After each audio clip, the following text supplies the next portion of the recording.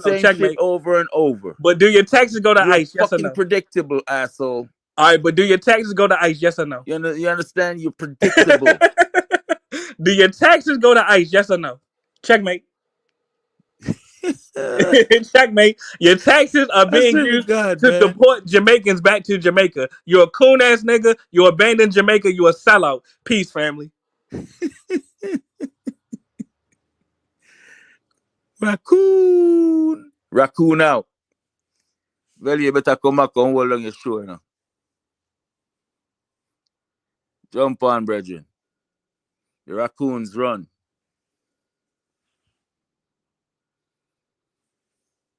Yo, let on some new people, rude boy.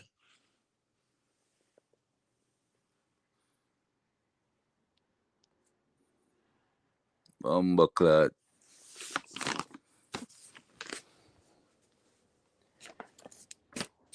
Just collected some new chairs. I'm supposed to be putting up my chairs. I'm in here arguing with Vellies, coons, and crackers.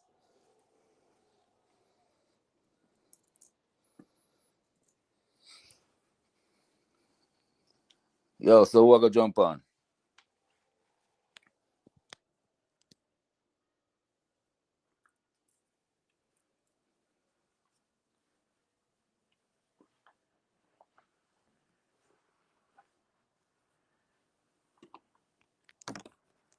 Nobody move. Nobody get hurt.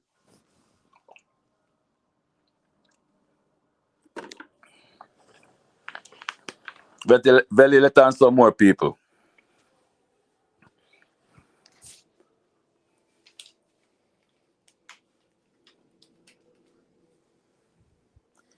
Yeah, let on me Shia brethren. Let on me Shia brethren make him come deal with me. Come on, talk to him now. Shia Esau, where you there? Come through.